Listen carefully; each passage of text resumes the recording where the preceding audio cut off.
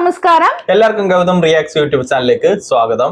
അപ്പം എല്ലാവർക്കും ഞങ്ങളുടെ വക ഓണാശംസകൾ മുൻകൂട്ടിയായിട്ട് പറയുകയാണ്. കാര്യം വീഡിയോ വരാൻ 12 മണി കഴിയും. എല്ലാവരും നല്ല തിരക്കിലൊക്കെ ആയിരിക്കും, പൂക്കളിടാനും അതേപോലെ അമ്മമാരെല്ലാം കൂടി കിച്ചണിലൊക്കെ ആയിരിക്കും, തിരക്കൊക്കെ ആയിരിക്കും. എല്ലാവരും ആഘോഷിക്കുക. അപ്പൊ ഇന്ന് ഉത്രാടമായിരുന്നു. അപ്പൊ ഇന്നത്തെ ദിവസം നിങ്ങൾക്കെല്ലാം നല്ല രീതിയിൽ പർച്ചേസും കാര്യങ്ങളൊക്കെ ആയിട്ട് തിരക്കായിരിക്കാം. പിന്നെ പ്രൈവറ്റ് ഫോമിലൊക്കെ വർക്ക് ചെയ്യുന്നവർക്ക് ഇന്ന് ചിലപ്പോൾ ഓണപരിപാടിയും കാര്യങ്ങളൊക്കെ കാണുമല്ലോ. അപ്പൊ എല്ലാവരും നല്ല തകർത്തിട്ടൊക്കെ ഇരിക്കുകയാണ്. ഓക്കെ, അതെ. എന്തായാലും ഇന്നിപ്പോ പ്രത്യേകിച്ച് നമ്മുടെ ബിഗ് ബോസിലും അങ്ങനെ പറയാത്തക്കതായിട്ട് വലിയ സംഭവങ്ങളൊന്നും ഇല്ല.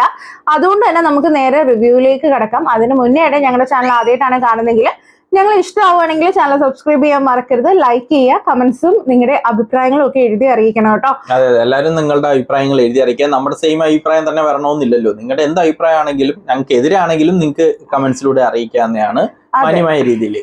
അപ്പൊ നമ്മുടെ ഡേ 32 ആണ് കിട്ടുന്നത്. അപ്പൊ ഇതില് ഇന്നത്തെ ഒരു രാവിലെ പാട്ടോട് കൂടിയിട്ടാണ് തുടങ്ങിയത്. നമ്മുടെ പൃഥ്വിരാജിന്റെ ഒരു സോങ് ആൻഡ് ഫാമിലി എന്നൊരു പടം, അതിലെ പാട്ടായിരുന്നു തില്ല തില്ല തന്നെയാണ്.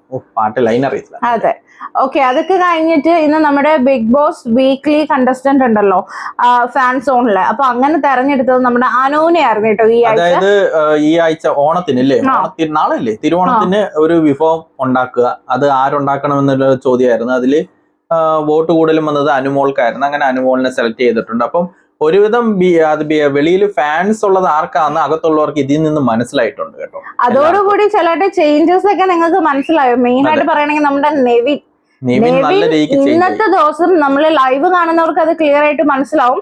അല്ലെങ്കിലും നമുക്ക് ഇന്ന് വന്ന എപ്പിസോഡ് കാണുമ്പോൾ ചെറിയൊരു ഡൗട്ടാണ്, ഇത് എന്താണ് നെവിൻ ഇന്നലെ വീട്ടുകാരുടെ കൂടെ നിന്നത് ഇന്ന് നേരെ തിരിഞ്ഞ് വയൽക്കാടുകളുടെ കൂടെ നിൽക്കുന്ന ഒരു രീതിയാണല്ലോ കാണുന്നത് എന്നുള്ളത് അല്ലേ? അപ്പൊ നെവിന്റെ ഗെയിം ചേഞ്ച് ചെയ്തു എന്നാണ് എനിക്ക് തോന്നുന്നത് കേട്ടോ. അതെ അതെ, വെളിയിലുള്ള ഫാൻ ആർക്കൊക്കെ ആണെന്ന് മനസ്സിലാക്കിയിട്ടുണ്ട്. അങ്ങനെ നെവിന്റെ ഗെയിം പ്ലാൻ മാറ്റിയിട്ടുണ്ട്. ലൈവിൽ നല്ല രീതിക്ക് അറിയാം, എപ്പിസോഡ് ചെറിയ രീതിയിലൊക്കെ നിങ്ങൾക്ക് മനസ്സിലാവുന്നതായിരിക്കും. ഓക്കെ, അപ്പൊ ഇതൊക്കെ കഴിഞ്ഞിട്ട് നമ്മുടെ പണിപ്പുര വൈറ്റ് കാർഡുകളിൽ പോണ ആ ഒരു ടാസ്ക് ഉണ്ടല്ലോ. അപ്പൊ അതിന്റെ ഇന്നത്തെ ഒരു ടാസ്ക് എന്ന് പറഞ്ഞാൽ റിലേ പണി എന്നാണ് ടാസ്ക്. അതായത് റിലേ രീതിയിലാണ് പോവേണ്ടത്. അത് മീൻസ് എങ്ങനെയാന്ന് വെച്ചാല് 30 സെക്കൻഡ് ടൈം ആണ് ടോട്ടൽ ഉള്ളത് കേട്ടോ. മൊത്തത്തിൽ 30 സെക്കൻഡ് ടൈം ഉണ്ട്. ഈ 5 വൈൽഡ് കാർഡുകളിൽ നിന്ന് ഓരോരുത്തർ ആദ്യം പോയി അവരുടെ മാത്രം ഡ്രസ്സുകൾ എടുത്തിട്ട് തിരിച്ചു വരണം. വേറെ ഒരു സാധനങ്ങളും, അതായത് വേറൊരാളുടെ ഒരു സാധനവും എടുക്കാൻ പാടില്ല. ഒരാൾ കയറി ഇറങ്ങി കഴിഞ്ഞിട്ട് അടുത്ത ആൾ കയറാവും. ടോട്ടൽ 5 പേരും കയറി ഇറങ്ങിയിരിക്കണം 30 സെക്കൻഡിനുള്ളിൽ. മറിച്ച് ആരെങ്കിലും ആള് മാറി വേറൊരാളുടെ എടുത്തിട്ടുണ്ടെങ്കിൽ ആ എടുത്ത ആളുടെ ഡ്രസ് ഒന്നും ഇന്ന് കിട്ടത്തില്ല, അയാൾക്ക് കിട്ടത്തില്ല. റോള്. അങ്ങനെ ആദ്യം പോയത് നമ്മുടെ പ്രവീൺ ആണ് കേട്ടോ. പ്രവീൺ പോയി പ്രവീണിന്റെ ഡ്രസ്സ് എടുത്തിട്ട് പുറത്തു വന്ന് പ്രവീണിന്റെ ഒരു ബോക്സ് കൊടുത്തിട്ടുണ്ട്, അതിലിട്ടിട്ടുണ്ട്. രണ്ടാമത് പോയത് മസ്താനിയാണ്. മൂന്നാമത് സാബുമാൻ പോയി. ഇവര് 3 പേരും അവരുടെ ഡ്രസ്സ് എടുത്തിട്ട് വന്നിട്ടിട്ടുണ്ട്. അപ്പോൾ 4ാമത് ജിഷനാണ് പോയത്. ജിഷൻ പോയി ഇറങ്ങിയപ്പോഴത്തേക്ക് തന്നെ ടൈം ഓൾറെഡി കഴിയാറായി കേട്ടോ, ഓൾമോസ്റ്റ് കഴിയാറായി. പക്ഷെ ജിഷൻ എടുത്തിരുന്നത് ലക്ഷ്മിയുടെ ഡ്രസ്സായിരുന്നു കേട്ടോ. അപ്പോഴത്തേക്ക് ലക്ഷ്മി കയറിയപ്പോ ചെറിയൊരു കൺഫ്യൂഷൻ ആയി, ടൈമും ഇല്ലല്ലോ. അപ്പോഴത്തേക്ക് ജിഷൻ പറഞ്ഞു കയറി എടുക്കുന്ന പറയാൻ ലക്ഷ്മി ഇല്ല, കയറിയില്ല, ടൈമിന് മുന്നേ എന്തായാലും തിരിച്ചിറങ്ങിയാള്. അതായത് ലക്ഷ്മി കരുതി ജിഷിൻ രണ്ടാമത് ഓടി അത് തിരിച്ചു വെച്ചിട്ട് ജിഷിന്റെ എടുത്തോണ്ട് വന്നിട്ട് ലക്ഷ്മിക്ക് ഓടാം എന്നുള്ള രീതിയിൽ. അപ്പൊ ടൈമും ഇല്ല, അങ്ങനെ ആകെ കൺഫ്യൂഷൻ ആയി. കാര്യം ലക്ഷ്മിക്ക് എന്തായാലും ഇനി കിട്ടും. ഇനി എടുത്താൽ ജിഷിന്, ലക്ഷ്മി പോയി ജിഷിന്റെ എടുത്താൽ ജിഷിന്റെ കിട്ടും.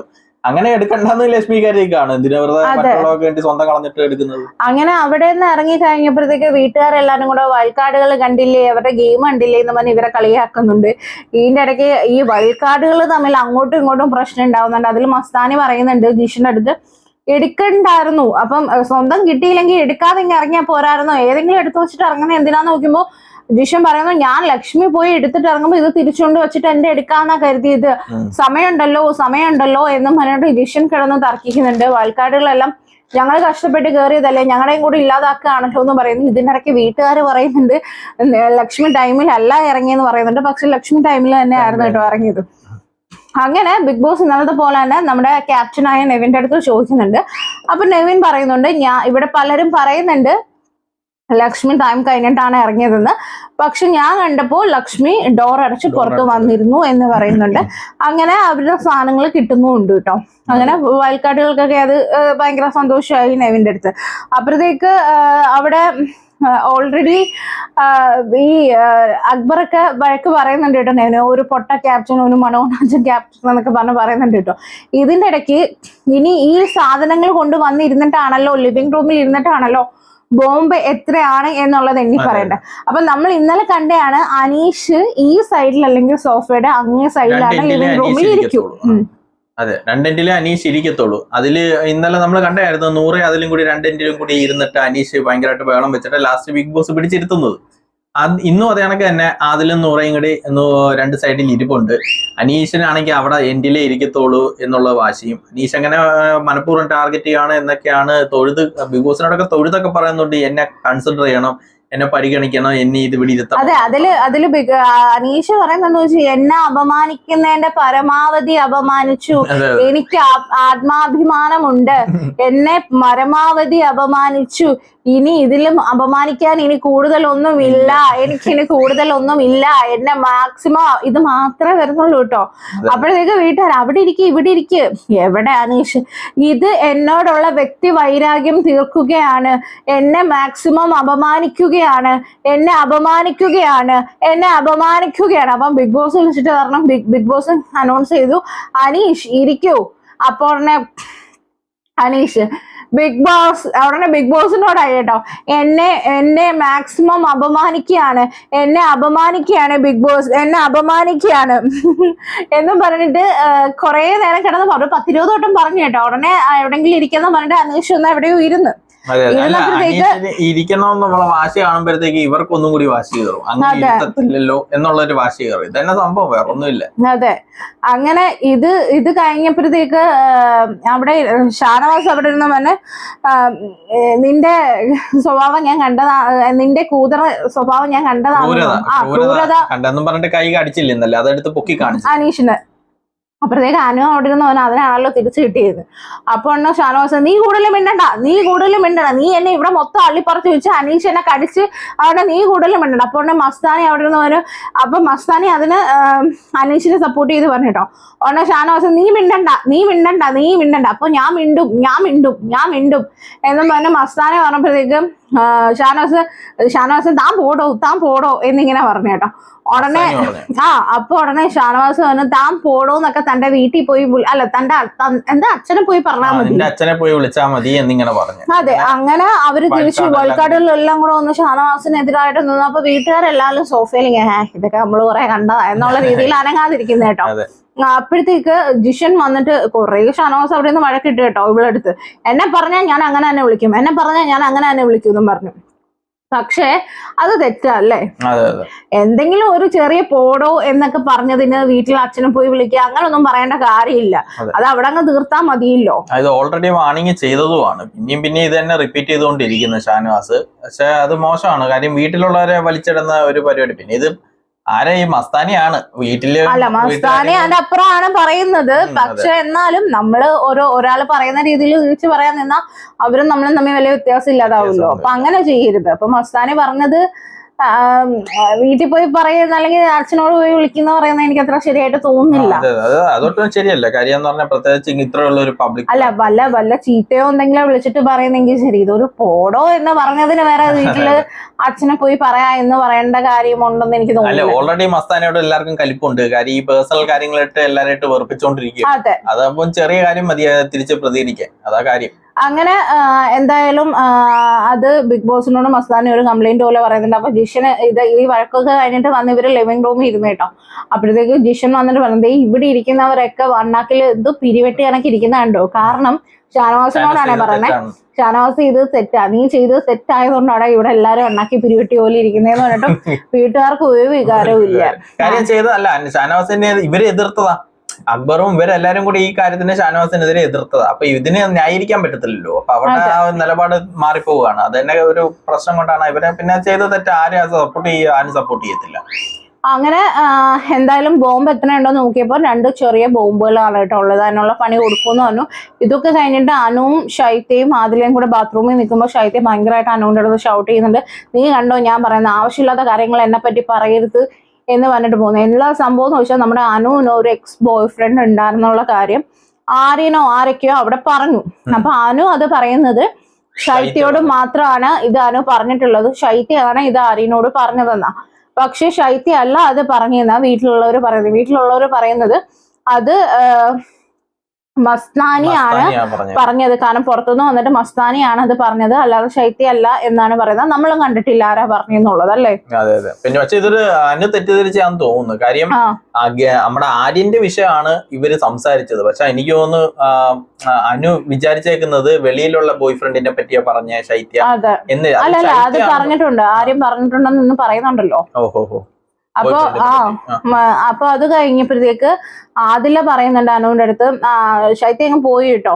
ശൈത്യ പോയപ്പോഴത്തേക്ക് ആദില പറയുന്നുണ്ട്, എടി അവളല്ല പറഞ്ഞത്, അത് നമ്മുടെ മസ്താനിയാണ് പറഞ്ഞത്, ഇവളല്ല പറഞ്ഞതെന്ന് പറഞ്ഞപ്പോ അനു സമ്മതിക്കുന്നില്ല. അപ്പൊ ആദില ചോദിക്കാതെ നിനക്ക് പോയി മസ്താനി എടുത്ത് ചോദിക്കണമെന്നുണ്ടോ, എനിക്ക് ആരുടെ അടുത്തൊന്നും ചോദിക്കേണ്ട അറിയില്ല, അപ്പൊ നീ ശൈത്യ പറയരുത് എന്ന് പറഞ്ഞിട്ട് നമ്മുടെ ആദില പറയുന്നുണ്ട് കേട്ടോ. അങ്ങനെ പറയത്തില്ല എന്നിങ്ങനെ അനു പറയുന്നു. എന്നിട്ട് അനുവിനെ പറയുന്നു പുറത്തുള്ള കാര്യങ്ങൾ ഇവിടെ പറയേണ്ട കാര്യമില്ലല്ലോ എന്ന് പറഞ്ഞിട്ട് അവിടെ പറയുന്നുണ്ട്. അപ്പോഴത്തേക്കും നമ്മുടെ ശൈത്യ ഓടി വന്ന് അപ്പാനിയുടെ അടുത്തും അവരുടെ അടുത്തും ഹൗസിലുള്ള എല്ലായിടത്തും പറഞ്ഞ്, ഇനി മേലെ അവൾ എന്റെ ഫ്രണ്ട് അല്ല, ഇനി ഫ്രണ്ട് എന്ന് പറയുന്നത് പുറകിൽ നിന്ന് കുത്തുന്നു, അങ്ങനെ കുത്തുന്നു, ഇങ്ങനെ കുത്തുന്നു എന്ന് പറയുന്നത്, എന്തെങ്കിലും ഉണ്ടെങ്കിൽ നേരിട്ട് ഒന്ന് സംസാരിക്കണം, അങ്ങനെ ഇങ്ങനെയൊക്കെ പറയുന്നുണ്ടോ. അപ്പം നമ്മുടെ അനു ചോദിക്കുന്നുണ്ട്, ശൈത്യ എങ്ങാണ്ട് അനുവിന്റെ അടുത്ത് പറഞ്ഞത് പല്ലടിച്ച് പൊഴിക്കും എങ്ങാണ്ട് പറഞ്ഞത്. അപ്പൊ അനു ചോദിക്കുന്നുണ്ട്, അതിലെടുത്ത് പറയുന്നുണ്ട് അങ്ങനെ പല്ലടിച്ച് പൊഴിക്കും എന്നൊക്കെ പറയുന്നത് തെറ്റ് തന്നെ അല്ലേ എന്നൊക്കെ പറഞ്ഞിട്ട് ചോദിക്കുന്നുണ്ട് കേട്ടോ.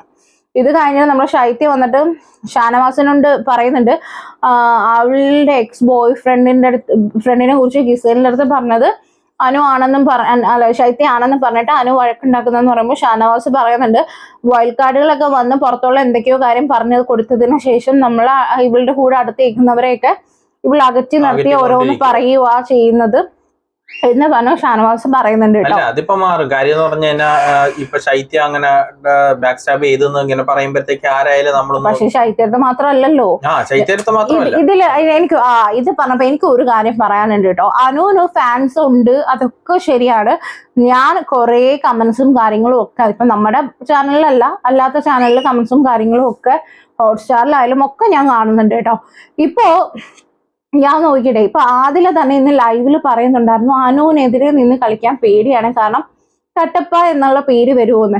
ഇന്ന് ഓൾറെഡി ഞാൻ ഇൻസ്റ്റയിൽ ഒരു റീലിൽ കണ്ടിരുന്നു, അടുത്ത കട്ടപ്പയായിട്ട് നമ്മുടെ ആദില വന്നു എന്നും പറഞ്ഞിട്ട് ഒരു റീല് കണ്ടിരുന്നു കേട്ടോ. അപ്പൊ ഞാനൊരു കാര്യം ചോദിക്കട്ടെ, അനുവിന്റെ തെറ്റ് കണ്ടാല് കൂടെ നിൽക്കുന്നവരാരും തിരുത്തി പറയാൻ പാടില്ലേ? പക്ഷെ അല്ല, ഇതില് വേറൊരു കാര്യം കൂടെ ഉണ്ടല്ലോ, ഇവരൊക്കെ അടുക്കാൻ മുമ്പ് അനു അല്ലേ ഇവരെയൊക്കെ അകറ്റുന്നത്? അങ്ങനെ ആർക്കും തോന്നിയിട്ടില്ല. ഇപ്പൊ എല്ലാരും അകറ്റുന്നത് അനു തന്നെയാണ്, അല്ലാതെ ഇവരൊന്നും അല്ല, അനു ആണ് അകറ്റുന്നത്. പിന്നെ ഇവര് വെളിയിൽ നിന്ന് വന്ന് പറഞ്ഞതും പിന്നെ ഇപ്പൊ നിലവിലുള്ള ഒറ്റപ്പെടൽ സ്ട്രാറ്റജി ഒക്കെ സക്സസ് ആയി കാണുമ്പോഴത്തേക്ക് അനു ഇവരെല്ലാം അകറ്റിയേ നിർത്തത്തുള്ളൂ, അല്ല വേറെ ആരും. അനുവിനോട് അടുക്കാൻ വരുമ്പോൾ തന്നെ അനു ഇവരെ അകറ്റാനുള്ള രീതിയിൽ പെരുമാറുന്നുണ്ട്. അതാണെങ്കിൽ ഇവരകന്ന് പോകുന്നത്. അപ്പൊ ശൈത്യയുടെ കയ്യിൽ തെറ്റുണ്ട്, ഇല്ലെന്നൊന്നും അല്ല. ശൈത്യ പറഞ്ഞ ചില കാര്യങ്ങളൊക്കെ കുറച്ച് ഓവറാണ്, പക്ഷെ ഞാൻ ബാക്കിയുള്ളവരുടെ കാര്യത്തിലാട്ടോ ചോദിക്കണേ. പിന്നെ അത് മാത്രല്ല, പക്ഷെ അനുവിന് ഇവരോട് കുഴപ്പമൊന്നുമില്ല, വൈൽഡ് കാർഡിനോട് കുഴപ്പമില്ല, അവരോട് ഒട്ടിയിപ്പുണ്ട്. അപ്പൊ അതൊരു ഗെയിം പ്ലാൻ തന്നെ, ഗെയിം സ്ട്രാറ്റജി തന്നെ പുള്ളിക്കാരിയുടെ. ഓക്കെ, അപ്പൊ ചെറിയ പണി എന്ന് പറഞ്ഞാൽ ഒരാളെ ഇമിറ്റേറ്റ് ചെയ്യണം. അതായത് അവര് ഇന്ന് ചെയ്യുന്ന ഓരോ സെയിം കാര്യങ്ങള് കൂടെ ഉള്ള ആള്, അതായത് ഈ പണി കൊടുക്കുന്ന ആള് അതേ രീതിയിൽ ചെയ്യണമെന്ന് പറഞ്ഞിട്ട് നമ്മുടെ വൈൽഡ് കാർഡുകൾ തെരഞ്ഞെടുത്തത് ഒണിയലിനെയാണ്. അപ്പൊ ഒണിയൽ വന്നിട്ട് നമ്മുടെ ഷാനവാസിനെയാണ് കേട്ടോ ഇമിറ്റേറ്റ് ചെയ്യുന്നത്. അങ്ങനെ ചേരുംപടി ചേർക്കുക ടാസ്കിൽ ഗിസയിൽ ബാക്കി ഉണ്ടായിരുന്നുള്ളൂ. അങ്ങനെ ഗിസയിലും ഈ സെയിം പണി തന്നെയാണ് കൊടുത്തത്. അപ്പൊ ആരെയാണ് സെലക്ട് ചെയ്യുന്നതെന്ന് ചോദിച്ചപ്പോൾ ഗിസയിൽ അനുവിനെയാണ് കേട്ടോ സെലക്ട് ചെയ്തത്. എന്നിട്ട് അനു ചാടുന്നുണ്ട്, ഗിസയിൽ ചാടുന്നുണ്ട്, അനു ഇരിക്കുന്നു, ഗിസയിൽ ഇരിക്കുന്നു. അനു പ്ലാച്ചി എടുത്ത് പിടിക്കുന്നു, ഗിസയില് മ്ലാച്ചിന്ന് വിളിക്കുന്നു. അപ്പൊ അനു പറയാം, കുളിച്ചിട്ട് 2 ദിവസമായിട്ടോ, ഇനി ഒരാഴ്ച കഴിഞ്ഞാൽ ഞാൻ കുളിപ്പിക്കാവേ. ഉടനെ ഗിസയില് കുളിച്ചിട്ട് 2 ദിവസമായി, ഇനി ഒരാഴ്ച കഴിഞ്ഞിട്ട് കുളിപ്പിക്കാവേ, നാറ്റം ഉണ്ടെങ്കിൽ കുഴപ്പമില്ലേ പറഞ്ഞ അങ്ങനെയൊക്കെ ഇരുന്ന് രണ്ടുപേരും കൂടെ രസം ഉണ്ടായിരുന്നു കേട്ടോ. അനു നല്ല രീതിയിൽ ആ ഒരു സംഭവത്തിൽ കണ്ടന്റ് കൊടുക്കുന്നുണ്ടായിരുന്നു. ഇത് കഴിഞ്ഞ് ഷാനവാസിന്റെ ഷാനവാസ് ഒന്നും അനങ്ങുന്നില്ല, അതുകൊണ്ട് ഒനിയലിനും ഒന്നും അനങ്ങാണ്ടാവും, ഒരിടത്ത് ഇരിക്കുവായിരുന്നു ഇത് കണ്ടിട്ട് അനീഷ് നടക്കി എന്നിട്ട്, എടാ ഒനിയലിന് ടാസ്ക് കൊടുത്തു, നീ ഇങ്ങനെ അനങ്ങായിരുന്ന എങ്ങനെ ടാസ്ക് നടക്കുന്നത്, ബിഗ് ബോസ് ടാസ്ക് കൊടുത്തെന്ന് പറഞ്ഞപ്പോ ഷാനവാസിന് കലിപ്പ് കയറി. ഉടനെ പിന്നെ ഷാനവാസ് അനീഷിനെ ടാർഗറ്റ് ചെയ്തിട്ടാണ് ബിഗ് ബോസ് അവനല്ലേ ടാസ്ക് കൊടുത്തടാ മരപ്പൊട്ട എന്നൊക്കെ പറഞ്ഞ് അനീഷിനെ കുറെയൊക്കെ പറഞ്ഞു. അപ്പൊ ഇത് കേട്ടിട്ട് ഒനിയിൽ അതേ കണക്ക് മരപ്പൊട്ടാത് അനീഷിനെ വിളിക്കും. അങ്ങനെ ഒരു കണ്ടന്റ് ആയിരുന്നു ഷാനവാസിനുള്ളത്. നമ്മൾ ശ്രദ്ധിക്കേണ്ടത് പറഞ്ഞാൽ ഈ ഒരു ടാസ്ക് ഷാനവാസിനും കൊടുത്ത് അനുവിനും കൊടുത്തു. ഷാനു നല്ല രീതിക്ക് കണ്ടന്റ് കൊടുത്തു, പക്ഷെ ഷാനവാസ് അത് കൊടുത്തില്ല. അതാണ് വ്യത്യാസം. ഈ സീസണിന്റെ ഒരു വ്യത്യാസം ഇത്. അനു വലിയ ഗെയിമറൊന്നും ഇല്ല, പക്ഷെ ഇതേപോലുള്ള കണ്ടന്റ്സും കാര്യങ്ങളും കരച്ചിലാണെങ്കിലും ഇതേപോലെ ഒറ്റപ്പെടലാണെങ്കിലും പിന്നെ ഓവർ ക്യൂട്ട്നെസ് വാരി വിതർന്നതാണ്, അങ്ങനെയുള്ള കണ്ടന്റുകൾ കൊടുക്കുന്നുണ്ട്. പുള്ളിക്കാരി വലിയ ഗെയിമറൊന്നും അല്ല, പക്ഷെ കൊടുക്കുന്നുണ്ട്. ഗെയിമും കൂടി കളിച്ചാൽ നന്നായിരുന്നു. അങ്ങനെ ഇത് കഴിഞ്ഞിട്ട് നമ്മുടെ ആദില വന്നിട്ട് ഗിസേലിനോട് ചോദിക്കുന്നുണ്ട് കേട്ടോ, നീ പറഞ്ഞായിരുന്നു എക്സിനെ പറ്റി എന്നുള്ളത്. ഗിസേലിനോട് ചോദിക്കുമ്പോൾ ഗിസേൽ പറഞ്ഞു, എക്സോ ഞാൻ ആര്യന്റെ കാര്യത്തിലാ പറഞ്ഞ, അവക്കൊരു ക്രഷ് ഉണ്ടായിരുന്നെന്ന് പറഞ്ഞതാന്ന് പറയുന്നു. അപ്പൊ നൂറ് വന്നിട്ട് പറഞ്ഞു, ഇത് നമുക്ക് ക്ലാരിറ്റി ചെയ്യണം, നമുക്ക് അവനെ തന്നെ വിളിച്ച് ചോദിക്കാന്ന് പറയുമ്പോൾ ശൈത്യ വരുന്നുണ്ട്. അപ്പൊ ശൈത്യടുത്ത് ചോദിക്കുന്നത് എന്താ പ്രശ്നം എന്ന് ചോദിക്കുമ്പോൾ ഗിസേല് പറയുന്നത്, നീ അല്ലേ ഞങ്ങളുടെ അടുത്ത് പറഞ്ഞ ആര്യനോട് അനുവിന് ചെറിയൊരു ക്രഷ് ഉണ്ടായിരുന്നു, അതല്ലേ പറഞ്ഞു നോക്കുമ്പോ. അപ്പൊ ശൈത്യ പറഞ്ഞു, അതാ ഞാൻ പറഞ്ഞ, വേറെ ഒന്നും ഞാൻ പറഞ്ഞിട്ടില്ലല്ലോ. അപ്പൊ ഗിസേൽ പറഞ്ഞു, വേറെ ഒന്നും പറഞ്ഞിട്ടില്ല. അപ്പൊ ആര്യൻ വരുന്നു, ആര്യന്റെ അടുത്ത് ചോദിക്കുന്നു, ഇത് ശൈത്യയാണോ പറഞ്ഞ ഇങ്ങനത്തെ ഒരു സംഭവം അനുവിന്റെ എക്സിനെ പറ്റി നോക്കുമ്പോൾ ആര്യം പറയുന്നുണ്ട്, ശൈത്യ അല്ല പറഞ്ഞത്, എക്സിന്റെ കാര്യം എന്റെ അടുത്ത് വേറൊരാളാ പറഞ്ഞത് നോക്കുന്നത്. അപ്പൊ ആരാന്ന് നോക്കുമ്പോൾ പറയുന്നില്ല. അപ്പൊ ശൈത്യ പറയുന്നു, എനിക്ക് എക്സിന്റെ കാര്യം ആരാ പറഞ്ഞതെന്നൊന്നും എനിക്ക് അറിയേണ്ട കാര്യമില്ല, പക്ഷെ ഞാനല്ല പറഞ്ഞെന്നുള്ളത് ഇവിടെ തെളിഞ്ഞല്ലോ, എനിക്ക് അത്രേ ഉള്ളൂ എന്ന് പറഞ്ഞിട്ട് ശൈത്യ അങ്ങ് പോകുന്നു കേട്ടോ. പിന്നെ എന്നിട്ട് ശൈത്യ അവിടെ പോയിരുന്നിട്ട് പറയുന്നുണ്ട്, അതെ. അപ്പം ആര്യം പറയുന്നുണ്ട്, കാരണം ഞാൻ അത് കൂടുതൽ പ്രശ്നം ഉണ്ടാക്കേണ്ടെന്ന് കരുതിയ, പക്ഷെ പേഴ്സണലായിട്ട് അവള് പറഞ്ഞപ്പോ ഞാൻ അത് പേഴ്സണൽ കാര്യം എടുത്തിട്ടുണ്ടോ എന്ന് കരുതിയിട്ട് ഞാൻ എടുത്തിട്ട് അത് ഓവറായിട്ട് ഇനി അതിനെ കുറിച്ച് സംസാരിക്കാനോ എടുക്കാനോ ഒന്നും താല്പര്യം ഇല്ലെന്നും പറഞ്ഞിട്ട് ആര്യൻ ആ ഹൗസിലുള്ളവരടുത്ത് പറയുന്നുണ്ട് കേട്ടോ.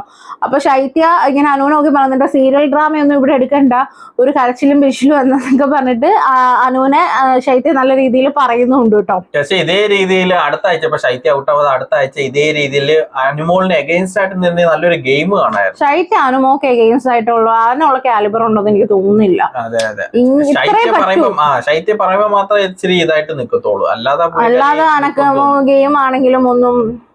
അനുവിന്റെ ഗെയിമിന് പക്ഷെ ഇതിന് നല്ല പണി കിട്ടും കേട്ടോ. ശൈത്യയൊക്കെ നോമിനേഷനിലുള്ളതാണ്, നല്ല പണി കിട്ടാൻ ചാൻസ് ഉണ്ട്. കാരണം അനുവിനെ പറയുന്നവരൊക്കെ ഇപ്പൊ അങ്ങനെ നോക്കണ്ട. ഫാൻസ് ഇപ്പൊ അനുവിന അല്ലെ ശൈത്യ അല്ലേലും കഴിഞ്ഞ ആഴ്ച ജസ്റ്റ് രക്ഷപ്പെട്ടതാ, ഈ ആഴ്ച അതുകൊണ്ട് മിക്കവാറും ശൈത്യ പോത്തുള്ളൂ.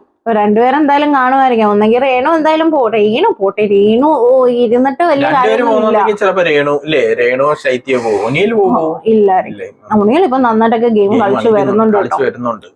അങ്ങനെ ഇതൊക്കെ കഴിഞ്ഞപ്പോഴത്തേക്കും നമ്മുടെ ആര്യനും ലക്ഷ്മിയും തമ്മിൽ ചെറിയൊരു വഴക്കിടക്കുന്നുണ്ട്. അതായത് ആര്യന്റെ ഡ്രസ്സ് വൈറ്റ് ഷർട്ടും ബ്ലാക്ക് പാന്റും ആയിരുന്നു കേട്ടോ. അത് നമ്മുടെ വാഷ്റൂമിന്റെ ആ ഒരു സോഫയിൽ കിടന്നത് എടുത്ത് ലക്ഷ്മി താഴെ ഇട്ടു.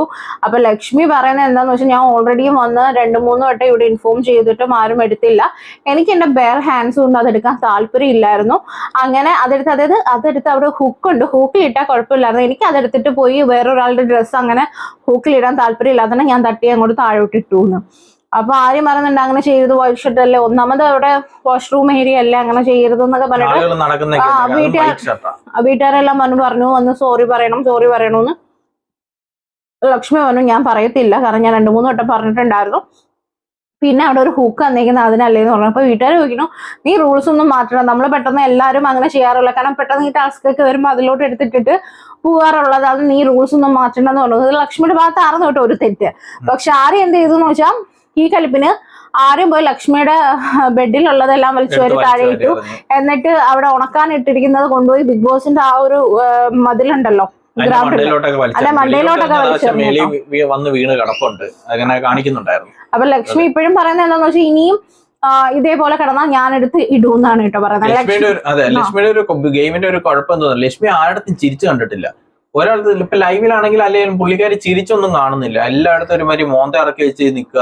അതേപോലെ തന്നെ എന്ത് പറയുന്നതാണെങ്കിൽ ഒരുമാതിരി ഓർഡർ ചെയ്യുന്ന രീതിയിലാണ് അല്ലേ. അപ്പം അതുകൊണ്ട് നമുക്ക് എന്ത് ചെയ്താൽ ഇപ്പം തുണിയെടുത്ത് മാറ്റാൻ പറഞ്ഞാൽ നമ്മൾ തുണിയെടുത്ത് മാറ്റുമോ? കാരണം അനങ്ങാതിരിക്കും, അത് പറഞ്ഞാലും മൈൻഡ് അല്ല. നമ്മളിപ്പം ചില കാര്യങ്ങളൊക്കെ ഇപ്പൊ നമുക്കെതിരെ വരുന്ന കാര്യങ്ങൾക്കൊക്കെ നമുക്ക് കൽപ്പണിക്കാം. ചില കാര്യങ്ങളൊക്കെ ആദ്യമൊക്കെ നമ്മളൊരു ഇത്തിരി പൊളൈറ്റ് ആയിട്ടൊക്കെ സംസാരിക്കണം, പ്രത്യേകിച്ച് വയൽക്കാരായിട്ട് വന്നവരല്ലേ. അപ്പൊ ഇത്തിരി ഒന്ന് വന്ന ഉടനെ ഭരിക്കാൻ നിന്ന് കഴിഞ്ഞാൽ അവിടെ നിൽക്കുന്ന അതിപ്പോ നമ്മളായാലും നമ്മുടെ വീട്ടിൽ പുതിയതായിട്ട് ഒരാൾ വന്നിട്ട് ഭരിക്കാൻ നിന്ന് കഴിഞ്ഞാൽ നമ്മള് അതിന്റെ അപ്പുറം കാണിക്കത്തേ ഉള്ളൂ അല്ലേ.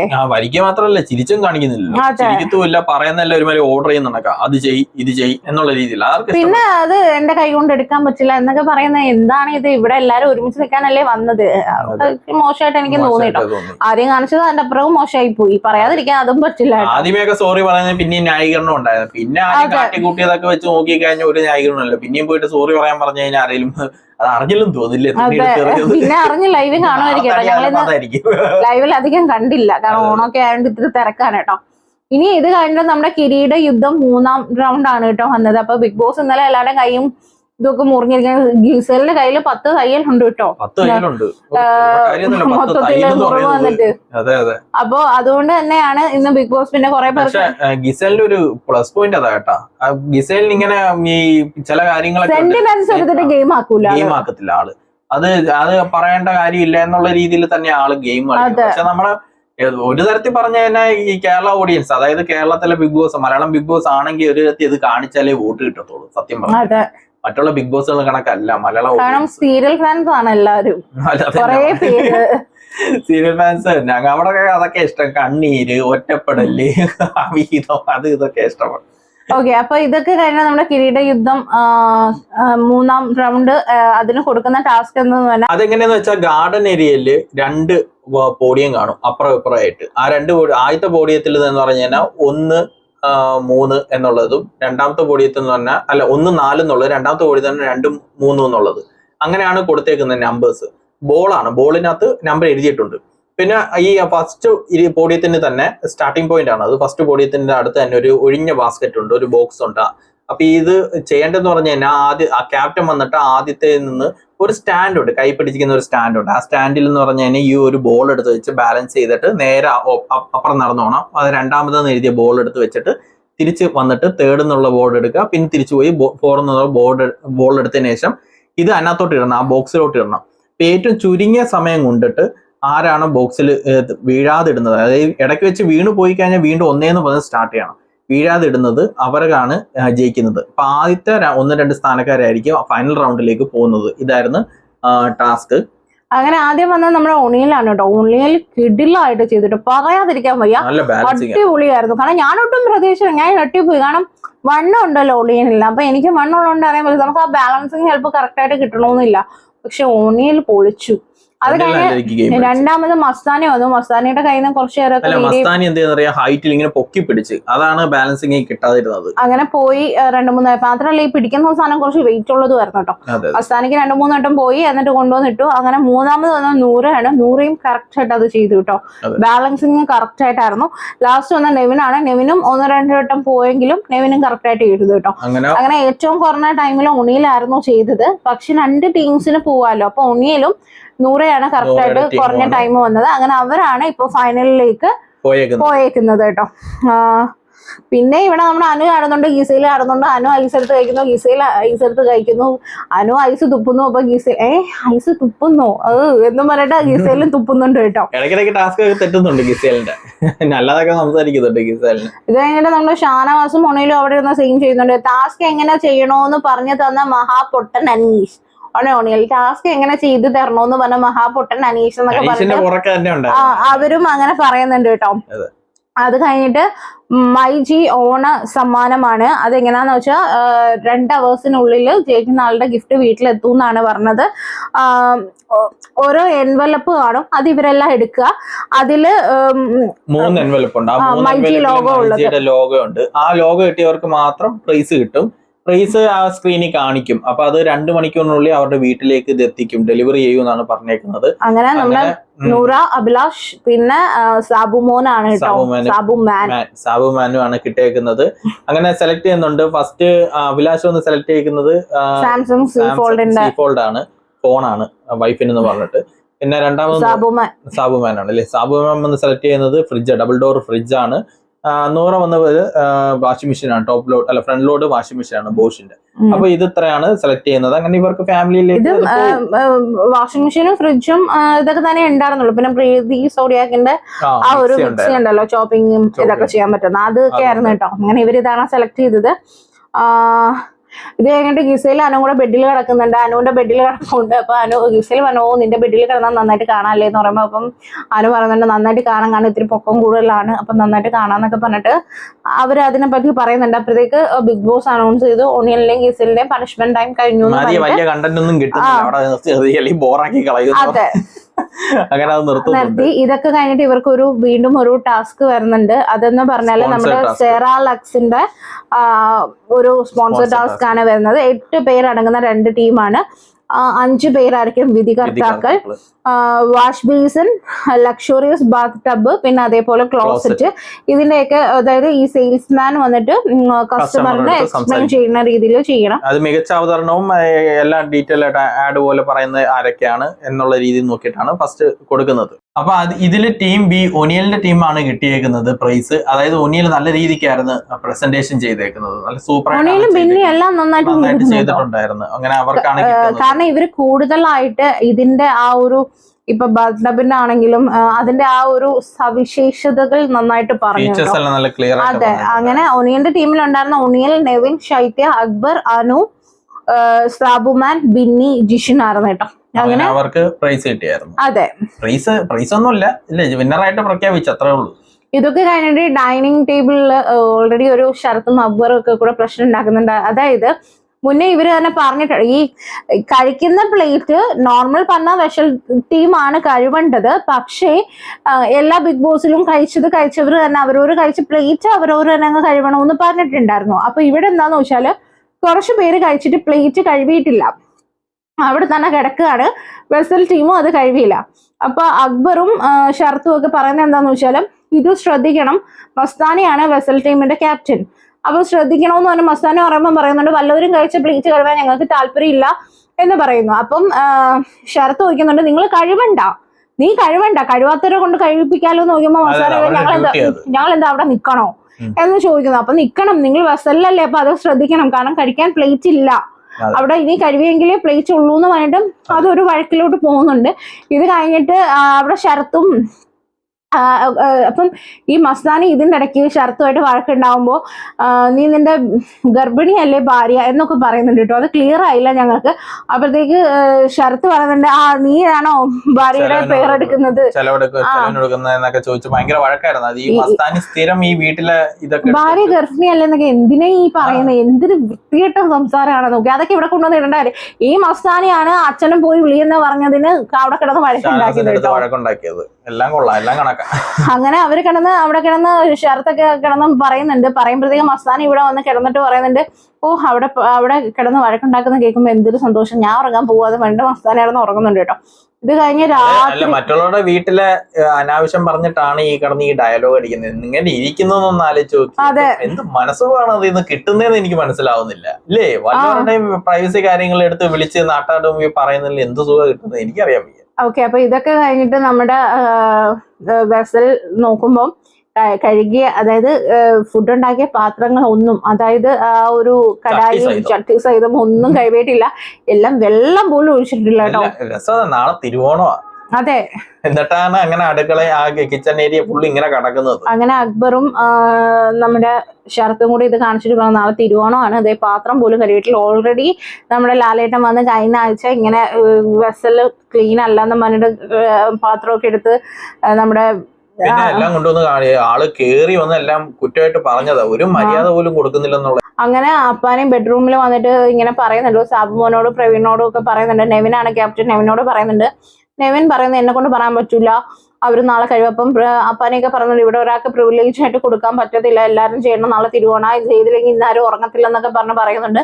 നെവിൻ പ്രവീണിന്റെ അടുത്തിരുന്നിട്ട് പറയുന്നത് എനിക്ക് ഒന്നും പേടിയാ, എനിക്ക് അപ്പാനിയെ പേടിയാ, അക്ബറിനെ പേടിയാ, എനിക്കൊന്നും അറിയില്ല, നിങ്ങൾ എന്താന്ന് വെച്ചാൽ ചെയ്യുന്നു പറയുന്നുണ്ട്. അപ്പൊ ഇവരും ക്യാപ്റ്റനാണ് കേട്ടോ കുറ്റം പറയണത്, ഇങ്ങനെ അങ്ങ് ഇരിക്കല്ലേ ക്യാപ്റ്റൻ, നിന്നെ കൊണ്ട് ഒന്നിനും കൊള്ളത്തില്ലല്ലോ എന്നൊക്കെ പറയുന്നത്. ഏറ്റവും ഫ്ലോപ്പ് ക്യാപ്റ്റൻ ഇപ്പം നെവിനാ, ഒരു ഭാഗം കൊള്ളത്തില്ലെന്നുള്ള ഫ്ലോപ്പ് ക്യാപ്റ്റൻ നെവിൻ എന്ന് പറഞ്ഞാൽ ഇന്നത്തെ ദിവസം തിരിഞ്ഞതാണ് കേട്ടോ ആള്. അപ്പൊ ഇത് കഴിഞ്ഞിട്ട് നമ്മളെ ക്യാമറയുടെ മുന്നില് അപ്പാനിയും അക്ബറും കൂടെ പറയുന്നുണ്ട് നാളെ തിരുവോണമാണ്, ഇവിടെ ആരും ഇതൊന്നും കഴിവിട്ടില്ല, നാളെ ഈ നമ്മളും രാത്രി വരെയൊക്കെ നിന്നൊക്കെ കഴിവിട്ടുള്ളതാ, ഇവിടെ ആർക്കും ഒരു പ്രിവിലേജ് ഇല്ലെന്നും പറഞ്ഞൊക്കെ നിന്ന് അവര് പറയുന്നുണ്ട് കേട്ടോ. അപ്പൊ ഇത്രയും ഉണ്ടായിരുന്നുള്ളൂ ഈ എപ്പിസോഡ്. നാളെ തിരുവോണമാണ്. അപ്പൊ നാളെ ഓണപ്പാട്ടും കാര്യങ്ങളൊക്കെ ആയിട്ടായിരിക്കും നാളെ മിക്കവാറും പോകുന്നത്. ഓണവില്ലും ഓണപ്പാട്ടും ഒക്കെ കാണാം. അതെ, പിന്നെ നമുക്കും ഓണമാണ്. എല്ലാവരും നാളെ ഓണം ആഘോഷിക്കുന്നതാണെന്ന് അറിയാം. അപ്പൊ എല്ലാവർക്കും ഞങ്ങളുടെ വക ഹാപ്പി ഓണം. നല്ല രീതിയിൽ ഓണമൊക്കെ ആഘോഷിക്കുക, തകർക്കുക. ഇപ്പം അതേ ഉള്ളൂ. ഇനി അടുത്ത ബിഗ് ബോസ് റിവ്യൂ ആയിട്ട് വരുന്നതായിരിക്കും. അതുവരേക്കും ബൈ.